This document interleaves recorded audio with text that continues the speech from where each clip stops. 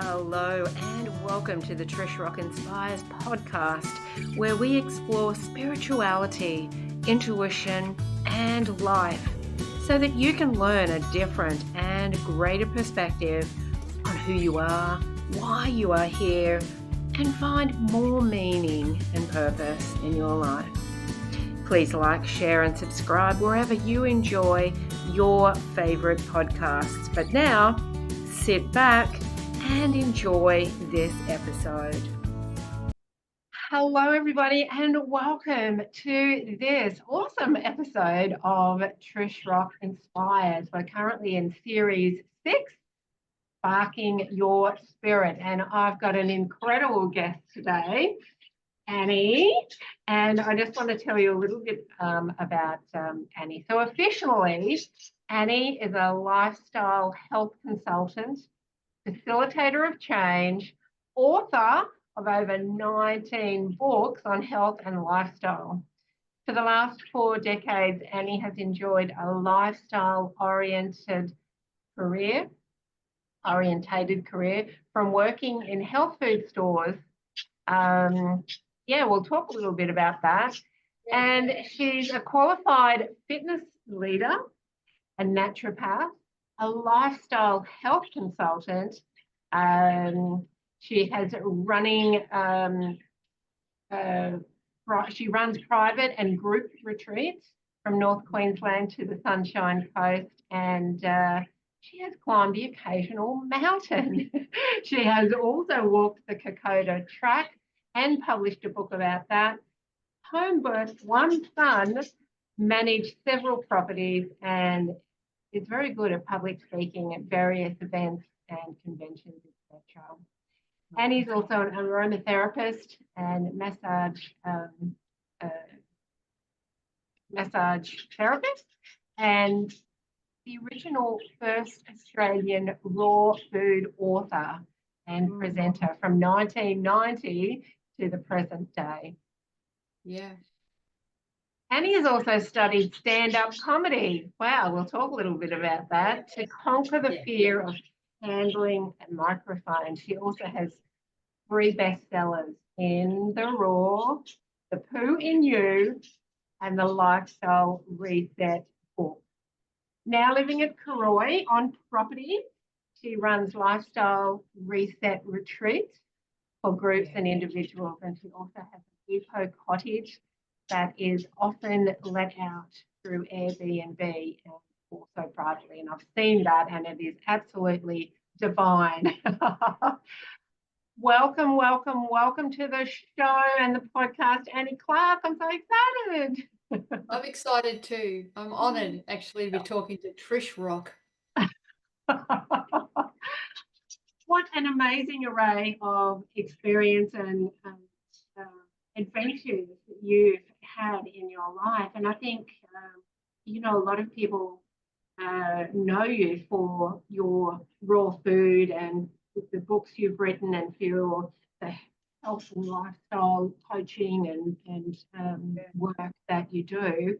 And, a lot of those other things that I read out there is just really you being an example of all of that beautiful lifestyle. So tell me, so you said a lot of this started in 1990, or was that your first book? What, have you always been a healthy lifestyle advocate, or has that come from something? I've always been interested in health and well-being, but I thought I was going to be an art teacher, funnily enough. Okay.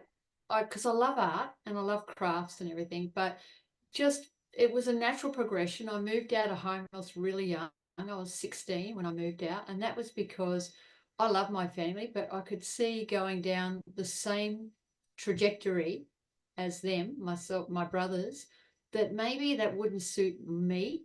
It wasn't physical enough. It was a very different way of eating, and I just had this feeling.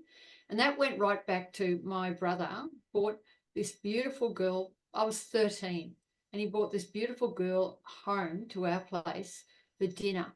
And my mum was absolutely freaking out because she was like, she's a vegetarian. What do I feed her? And I was thinking, Mum, still, it's going to be fine. I will make a salad for her. Now, and back then that was probably unusual, especially at the age of 12 or 13 or whatever she was. 1973. I'm making this salad while my mother, who's a traditional carnivore, let me tell you, she's freaking out. I'm making this salad, and as I look at the contents of the salad, 13, I thought, this is a beautiful salad that I'm making. I should be eating this, and the girl that my brother brought home was very intellectual. She was very aware and wise. She was 3 or 4 years older than myself.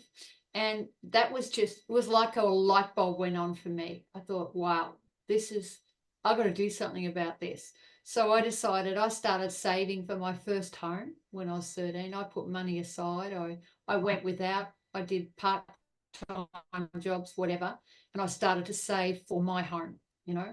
And when I moved out, it was to rent because I thought I really want my own kitchen.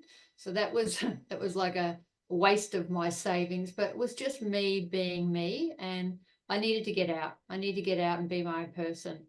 It's been the story of my life. I know when I need that alone time, and that's when the creativity happens. So, and then from there, I was working in a lab for a company called Ciba-Geigy as a typist in the lab. And then from there, I went to a company called Regency Greetings, and I became a paste up artist because I made gift cards and I sold them all around Melbourne. Oh, and how wonderful. And arty, you would have loved that. yeah, I loved it. And then I ended up working in health food stores, and that progression is interesting because I didn't have my lifestyle health consultancy diploma or qualification, but I was in that health food shop and I was putting recipes together, and the guy that owned the shop, he had no idea about how to use a lot of the ingredients that he was marketing in the shop. So I said to him, let me go home to my kitchen, my lab, and create some recipes with the ingredients, and then I'll bring them back into the shop, whatever I've made. And yes, there were many gluten-free bread bricks and cakes lots of disasters and failures. But that's how you learn, Trish, Absolutely. And I mean, really, that's become your art. You are still an artist. Always. And art, it hasn't stopped. There's so many different ways to be creative and artistic in your life. Yeah. And I think with that background, I also did photography. So I would go out at night, and that was a really beautiful time in my life. It was, once again, I was very independent, and I would go into nightclubs. I would make friends with the bands and the managers. I would secure a photographic contract with them. And I would photograph bands like Sherbet. Now I'm showing my age. Oh, wow. I love Sherbet. I'm showing my age too. Yeah, and I'm proud of this. I even had cups of tea with early on in John Farman's career with John, and I photographed Kate Sobrano. I know I'm dropping names here, but these people were just, to me, Kate Sobrano and John Farnham, their voices were amazing. So that was their art, and I was capturing that, and I loved them. They were just good people. Absolutely. I met John Farnham back in the green room at one of his concerts once as well. Really genuine person. Very funny, very genuine, and I would love to catch up with him again, and Kate. So that's kind of on my wish list to just seek them out while I can. Yeah. And I mean, you're not, from what I know about you, you're not shy approaching people. So, that would have been good. But you said that you had to go and learn comedy so that you had a little bit more, a bit less fear on stages. Is that correct? Yeah. It's funny, like every year I like to do something that terrifies me.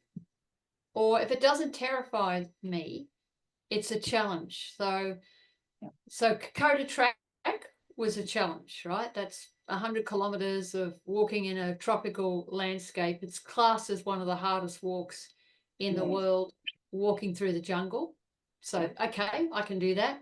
And the other one was, standing up on stage, like coming in from behind after watching somebody else perform comedy and then preparing a 5-minute comedy skit and performing it on stage, and terrifying. And that Like, 5 minutes would have felt terrifying. like 5 hours. It was a really interesting thing. I found the training, so actually doing the training, the 2-day training with this beautiful lady whose name escapes me. Oh, I'm so sorry, I can't think of her name, but she runs these courses at the Paddington Hotel in Brisbane. So during the Right. day, on the weekend that you're learning, you're there in the morning and you're learning stagecraft. So you're learning how to get on the stage and remove yourself from the stage. And it's so interesting because with stand-up comedy or public speaking, your audience, they can smell fear. They can sniff it out, and they will react proportionately. So it was all about building confidence, ironically, igniting your spirit. So gaining that sense of self, Yeah. and knowing that whoever you are and going up on that stage, you are presenting the truest form of yourself, and it's tapping into that, and then surveying the audience. So looking around the audience and making sure you see the ones that are up in the mezzanine area, and the ones that, honestly, I could see the audience. Like, this is a pub audience. It's not a warm audience, although we're allowed to have some friends there. Primarily, it's a cold audience. Yeah. All right. And you've Yes. got to deliver your 5-minute critiqued comedy sketch to strangers. What a great way to get stage presence practice And I and love get comedy. over those fears. And I have seen you speak, and you certainly do not portray any fear at all.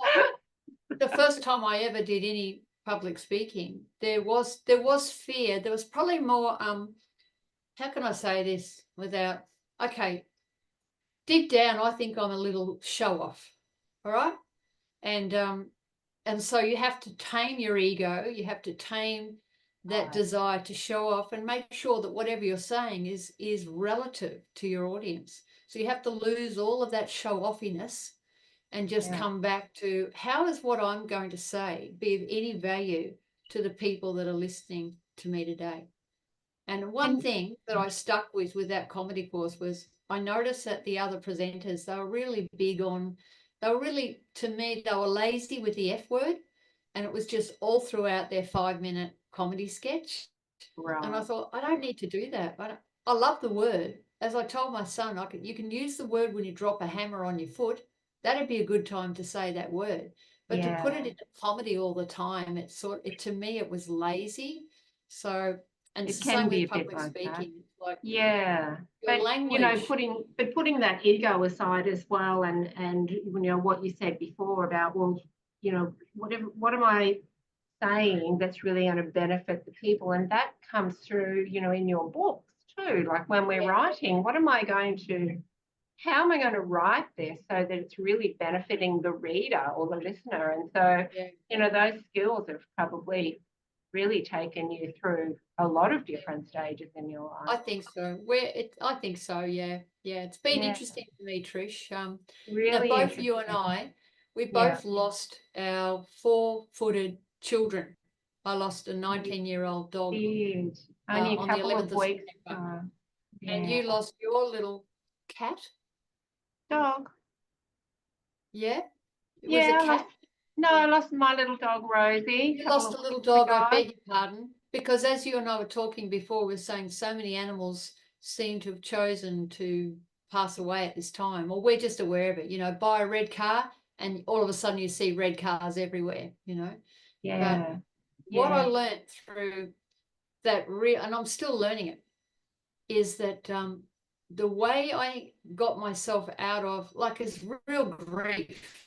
Like, these animals are unconditional. They're not like humans. They're not manipulative. They're not greedy. They're not needy. They're just love, And wrapped up in fur. they leave a very big empty space. Oh, the space. So I thought, when I talk to Trish, I'm going to remind everyone that, believe it or not, to ignite my spirit, my own spirit, it wasn't about doing business. I actually thought, I just can't do business at the moment. I can't do business. So whatever that is, whether it be flogging an essential oil or even marketing a book, although ironically the books sell, I just didn't want to get involved with business. So instead, what I did was, on our land, I'm still doing it. We have a dam. We literally call it the money pit. So it costs thousands and thousands and thousands of dollars to excavate around the dam. Right. But I've had in my heart a desire to beautify the dam. I'll send Right. you some photos of it, Yeah. which means that what I'm doing is I'm pulling out dietes or some of the plants that are more established up at the top of the property.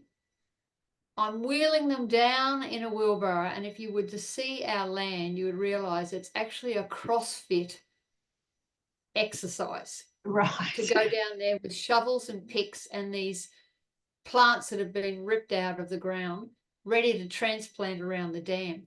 So what I'm trying to do is, without spending any more physical dollars, I'm spending my energy and my time, but it's actually healing me while I'm in my grief. So it's the land, it's going down there, it's digging with the pick into this hard earth and making it soft, and then planting something that, I'm blessing, and I'm saying, you can grow now, you're going to make this dam beautiful. And while I've been doing that, Trish, I've had beautiful rare wrens flitter by. I've watched the pheasants. There's been so much wildlife, little wallabies, and they all come around. And then sometimes I just sit there because I'm too tired to move. And I just sit there and observe. It's amazing how much we can miss, hey? And I think I was a little bit the same in that first kind of week of grief. I just started getting out and walking a lot more, and I started seeing different things in nature too that I didn't see when I used to walk with Rosie, because I was too worried about where she was sniffing next, or stopping at the next hole, or is a dog going to come out at us? So I was a bit more observant, and that, like you, it really helped me to not ignore the grief or push it down, but to really be grateful about the experiences. And I think when we were first talking, and I said this series is called Sparking Your Spirit, you said you were going to tell that story, and then perhaps give us another example of how you how I ignite my spirit. Yeah, they spark up your spirit and your energy to get in front of people, because you're always so energetic. Well, there's a way. What we do is every morning, my husband and I, we exercise. We've got a routine. I've always had movement in my life. It's part and parcel of being a human being. Is when I get up, I hydrate, I drink green drinks, I put a few beautiful essential oils on my skin, and I basically get out and I move. And that is the key. But also we've got this little device, it's called Alexa. And we call out to Alexa and we say, hey, Alexa, play Three Little Birds by Bob Marley. And, don't worry about a thing. That song is just so powerful. And Daryl was playing that a lot just after Minty passed, because he knew that would help to get me into a different state. So music, earth, going out in the garden, and then having a dance. I didn't feel like dancing at all that first week. I've just started to have a dance again the last few days. And as I was dancing, Daryl came out and he said, oh, it's good to see you dancing. I said, yeah, I was just having a little jive. And Michael Jackson, Billie Jean, I do that. I've got my little... It's that movement, isn't it? It's the movement. Even if you just stand there shaking, it really gets that chi movement, and it gets that energy moving. I'm very conscious that people that are listening to this, they're going to be at all different levels of joy and vibration. Some people are going to be like at the bottom of the barrel. You know what? Fantastic. You need to be at the bottom of the barrel. You need to feel what it feels like to be depressed, quite frankly, because then you know what that feels like, and you can grow empathy. You can really know what it's like for another person. I met a man at Jenny Edgley's cleanse that I did in 1998, I think it was, something like that. This man was one of the speakers at Jenny's event, and he was speaking about spirit. And no one expected him to tell the story that he told. He had a little boy that played around all the time. And one day this man was backing out his car and he ran over his own little son. And his little son became deceased as a result of that. And this man had to pull himself together, forgive himself, and find a way to move through the rest of his life after what had happened. This man, I still think about him to this day. He impacted me so much that he turned a tragic situation into his walk, his spiritual walk. And he went out and he explained to everybody that he would never forget his little boy, but that was part of the contract that they had with each other. And it meant that he was out, he went out and he spoke to people all over the world about what it was like for him, how he navigated through that situation. And those sort of stories, although that's a tragic story, there's happier stories as well. I look for them. They're like spiritual food for me. They're so inspiring, aren't they? Because, you know, and that's the work I do, is just a simple shift in perspective sometimes can change someone, not if they're in a deep depression, but, you know, a clinical one. But sometimes I kind of say, sometimes you're just not impressed with life, you're depressed with life. And so a change of perspective, obviously that man was grieving, but, you know, in lighter situations, sometimes just a change of perspective and actually just doing something that brings you joy, going through a walk down to the dam and seeing a beautiful bird you haven't seen. I mean, there are all those little steps, aren't they, that can change the way that you're thinking and the way you're feeling. Because all of us have the capability of staying in grief. All of us do. We've all got the capability of staying unenergetic, but we've also got the opposite. We've got a choice. Well, I've got a concept I only just thought of just then. Yeah. Depress. Look at the word depressed. So turning depress into impress. Yes. So when you're depressed, you're in that gully, if you like. To get out of the gully, you need something that impresses you. So find inspiration, and that will help you to get through whatever it is that you're going through. And that's how I've worked through my whole life. It hasn't been easy. When I was a young girl, it wasn't easy. There's so many things that I could share, but just for the sake of our little interaction today, everything that affected me when I was a young girl, everything, and there were some tough things, helped me to look at it from different perspectives. And what am I going to do with this? Am I going to wallow in this, or am I going to move through it? And, you know, writing books, I'm not the best writer in the world. You know, I'm definitely not the best marketer in the world. I'm hopeless at marketing. I'm not even interested in marketing. It's not, I need somebody else to do that for me. Here you are with 19 books that keep selling. I swang on the chair in the English class. I spent most of my education outside the principal's office counting tiles, 2,556 of them. Yeah. But through all of that, the principal that was in her office at the time when I was doing my time standing outside the office, she was phenomenal. She drew me aside and she said, "Annie, what's going on?" I said, "You guys don't know how to teach me. I am bored pooless," you know. And she said, "Yep, okay, we can see that. Let's talk to your mum and let's creatively expel you."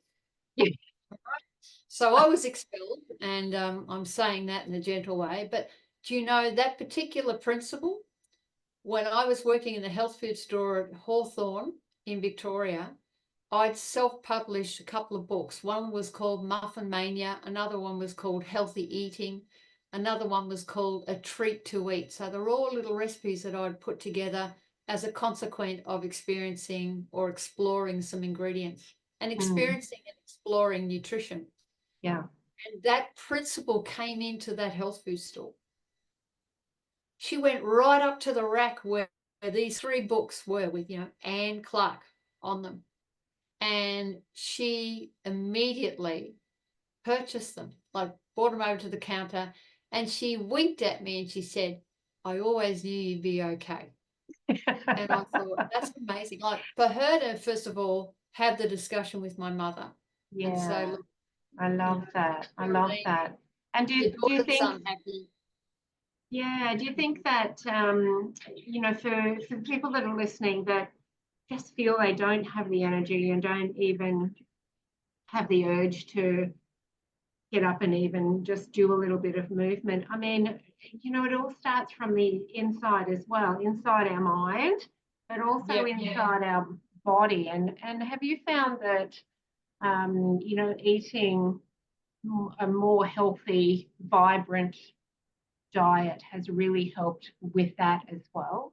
Oh, absolutely. Yeah. In 1992, I went and stayed with John Fielder in the Closey River Health Farm, way, way up in North Queensland.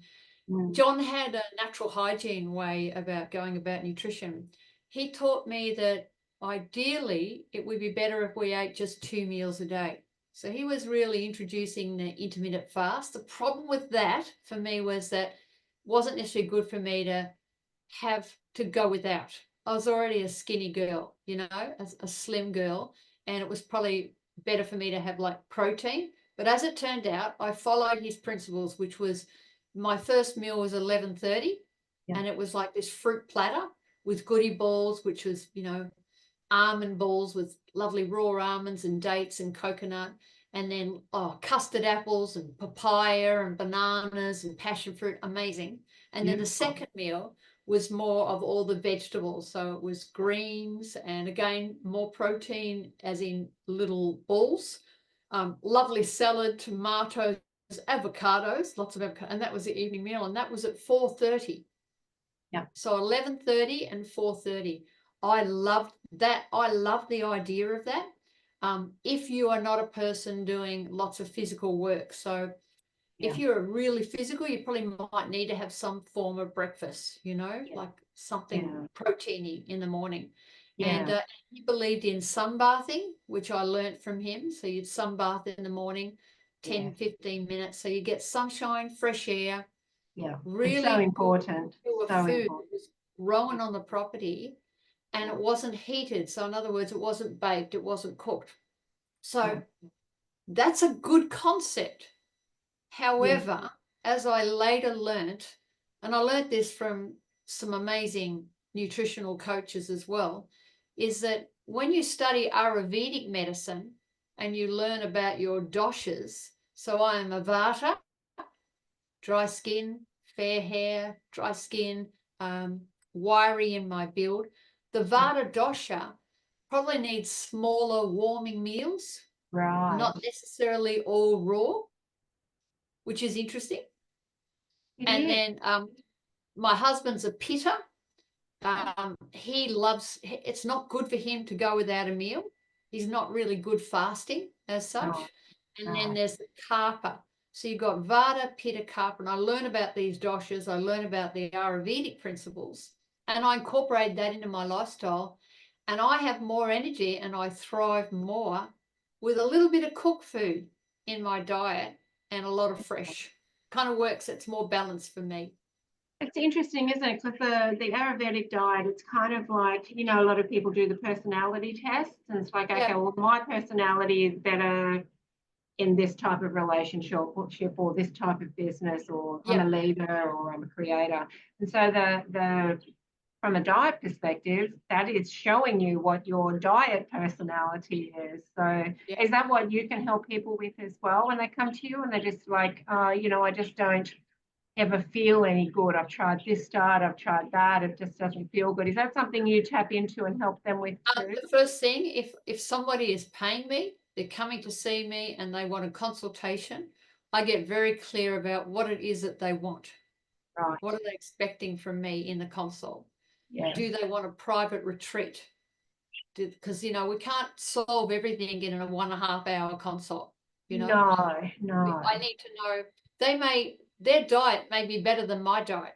They may be all over how to nourish themselves because they know their body better than I know their body. Yeah. I'll use iridology. I'll have a look at how good their transit time is. Yeah. Everything comes back to when you eat something, Trish. Yeah. If you were to eat an avocado sandwich, that's beautiful. For some people, that's fantastic. But for other people, because you put that avocado in between two slices of bread, you've now slowed down the delivery of the avocado in your digestive system. Yes. So I will find out what kind of layering or combinations you have in your daily menu. That's what I'll find out in a consultation room. Yeah. And if I can see by looking at the eyes that the transit time is slow, then I'm going to suggest just switching it around a little bit. Hey, maybe you should have no fruit at all for a couple of days. Oh, really? I've been told I need to have fruit. Well, not necessarily. You know, I'm going to look at that and I'm going to say, let's talk about your greens. Let's talk about the broom. What broom vegetables are you inviting into your body? Yeah. And we get that right. And then I'm going to ask them, what makes you laugh? And they're going to go, well, the last naturopath never asked me that. I said, of course not. Because to me, how often you laugh and how often you spend time in what's called parasympathetic. That's paralyzing the monkey mind. That's how you can remember that. So if I know that my client is never in parasympathetic nervous system, i.e. they're always on the go, their body is ready to run from the tiger all the time. Yeah. I know that we need to work out as a lifestyle health consultant, we need to incorporate more parasympathetic activity into their day. It's very holistic, isn't it? You take a very holistic approach. And so, you know, going to one of your retreats would be amazing for someone to find all out about that. So are they 1-day retreats or 2-day retreats? They're 2-day retreats. We also have a mini retreat. I've hooked up and combined with a lovely, lovely lady by the name of Sue Moore. And Sue and I do a restore and explore afternoon retreat. So we start at 2 and we finish at 5. Okay. And Sue's part is phenomenal in that she takes you into parasympathetic nervous system with just a restorative lie down with a little bit of specific movement. So you're doing this for 5 minutes and then you're doing this for another 5 minutes and you're going into this lovely, gentle form of relaxation. Look, I should take before and after photos of the people that come these afternoons because they arrive, they've got their tension going on. Yeah. After that session with Sue, it's like somebody's rolled out their face. And then the next part of that mini retreat is the part that I do, which is the aroma, the scent therapy. So I'm going to show them how to put a blend together. Yeah. We're going to give each other maybe a little hand treatment or a foot treatment. Or again, we just might lie down. I will read the room, but in general, they get parasympathetic activity at first. Then they get a lovely afternoon tea, which is like raw treats, something beautiful I've made. And then they get a cuppa, and then we go into the aromatherapy. And people don't like to go. By the time we get to 5 o'clock, they're all still hanging around. Okay, you know. That sounds like an amazing afternoon. Yeah, I'll have the links to all of that under here if people are interested in connecting with you. But yeah, that sounds amazing. That could be like a life-changing 3 hours for someone. Oh, it is. And then the 2-day retreats, Trish, that's when I invite a couple of other speakers in. Yeah. And that's tailored to the people that book in. They're intimate. They're not big retreats. So we might have 8 to 10 people attending those events. Yeah. And they get a lovely gift bag. They get lovely lunch and afternoon tea and morning tea, movement, lots of inspiration, an opportunity to express and talk and just time out, you know. And it's first in best dress for the cottage. So quite often, you know, if there are 8 odd people, then we can accommodate 3 of them on our property very comfortably. And then down the road, there's a couple of other little cottages that belong to other people. and I will refer my other people to them. If they are, they've come from a fair way. Yeah. If they're local, they just drive home at night, Yeah. Oh, how beautiful. I've seen photos of your beautiful little home there. But Yeah. it's just It's lovely to do. I don't publish photos of all of my retreats, Trish. Yeah. So, when we talk about marketing everything, quite often I'll work one-on-one with someone. Yeah. They're having a private time with me. Yeah. Quite frankly, they may be somebody that's been on drugs. Yeah. They may need their anonymity. Do you know that word? Like they need to be Yeah. anonymous. Yeah, absolutely. And as do probably many of the people that come to your retreat who really just need a break out of life and, That's exactly right. And it's Yeah. really important that I explain that here on this recording is that Yeah. privacy is something that I have always held very closely to me. So that person's experience, they may not want to talk about it. Yeah. They just know they need to come away somewhere, Yeah. experience what they need to experience, and then go back into their life armed with some new tools. Yeah, absolutely. Absolutely. I love that. So all the links for those retreats are all in the comments as well. And knowing you, I can absolutely say that everything that you would help people with there would Thank you, just be coming Trish. from such a Thank you. genuine place and such a genuine heart. And people would definitely be different after 2 days then, for sure. Yeah, it's good fun. It's good fun. Yeah. And humor is a big part of it. There's a lot of Yeah. laughter. Yeah. And it's surprising how many people don't have laughter. I know when, back in the day when I was running a very busy salon business and was working 12 hours a day and then had kids and all the rest of it. I mean, it was just so overwhelming most times. I just wanted to get home, get the dinner done, get the kids to bed, and then just chill. I didn't want to do anything else, but it's no good for your health. Yeah. You need to make that time. And now in my later years, I kind of I realised that, but so many of us still, even in later years, just push, push, push, and the body will push back. The body If you're will not push back. laughing, you're not living. That's what I say. If you're not laughing, you're not living. Got to be So, laughing, and we were next to each other at a recent expo, and then you were just laughing and joyful the whole time. It was wonderful, and everybody you were a delight. You were a delight to be next to. and everybody who came up to see you left feeling so great, even after a 5-minute conversation. So if there is people listening to this who are really like, hey, you know what, I need a break and I need some guidance as to how to find more joy and more energy in my life, well, Annie's the one. Reach out to Annie. Yeah. Good on you, Trish. Yeah. So is there, just to finish off, is there anything that you want to say to people listening that if they are in that place of stuckness, whether it's mental or physical or health-wise, and they feel like they've tried so many things and they're scared of the next thing not working, is there anything you want to give them, like some advice or some movement forward? Yeah. I think the best thing I could say is that everything you do is going to be a positive step towards the outcome you deserve.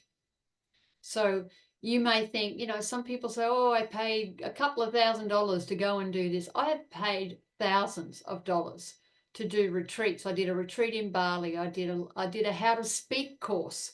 I did the comedy course. I did how to write a book. Even though it's self-published, 19 books, I still went off and thought, all right, I'm going to learn how to write a book. What could go wrong? So what I'm trying to say is always be prepared to go and learn what you need to learn. And when you place yourself in an environment with other people, that's when amazing things happen. You get to learn from other people as well. And I love that. Some of my best experiences have been when I've gone off, I've taken myself out of my comfort zone and I placed myself in a new environment, new terrain, where I was forced to learn something, and it became part of the healing. So that's what I would say, Trish, is that nothing is a failure. There are no failures. Everything is just an outcome. Everything is an experience, and they all layer and make, as far as I'm concerned, amazing dinner time conversation, you know? Always just the next step, isn't it? It's just the next step. And I highly believe in investing in ourselves, whether it's with time or with resource, all of the resources. Invest in yourself, because we are worth it, and we're only here for this one life, right? Oh, Trish, yeah, and we've got to help our young ones. Like these young ones, the 20-year-olds, 20, 25, 28. My son is 28. In their early 30s, these young ones are finding it really tough to navigate through this, not only the digital terrain, because that's very multitasking and confusing as it is to find out who they are because of all the mixed messages. Absolutely. So only on the weekend I had the most beautiful conversation with my son and his beautiful wife. And my husband was there too. The four of us sitting there, we're having like this family conference. And in that environment, everyone felt heard. I know they did, because I could tell the energy felt good. And I could tell that my son was listening to my stories. Normally he rolls his eyes and he goes, yeah, you've told me that before, Mum. But this time he didn't roll his eyes, and he didn't say, you've told me that before. He actually listened to some of my experiences, because I've been in the fitness industry. You know, I've worked in a gym. It's hard, you know, we're actually helping people to build their body. And what I learned from that same advice that I was giving my son, is that remember to come back to that other person. Always put yourself in their shoes. Be them, and look at it from their perspective. They will feel heard. And then if you are helping them, everything that you need will come to you anyway. Just focus on them and their needs. And they need to feel that. That's the way we can heal this planet. For goodness sakes. And people can do that just in conversation. Absolutely. Like people say, oh, how does war happen? How are we having all this conflict? The reason why we're having this conflict is somewhere somebody and somebodies are being possessive, that they have to own this territory. And the moment they step back from that, having to own and having to be the master of all, unfortunately, this is human nature, but stepping away from that, taking the ego out of it, that's where the healing begins. It is, you know? And that's what we can all do on a personal level. Yeah, definitely. Yeah. Oh, it's been such a joy talking with you, as always. And I know that anybody that connects with you is going to, and my birds agree. You're very kind. You're very kind. And anybody that connects with you is really going to notice it. So I've got all of Annie's links and socials and everything you need to know in the description here. And it's just been such a pleasure talking with you today. Thanks for giving me this chance too. Thank you. Oh, you're so welcome. And thank you, everybody, for tuning in. And I look forward to seeing you on the next episode of Trish Rock Inspires. Bye for now. Thank you, Trish.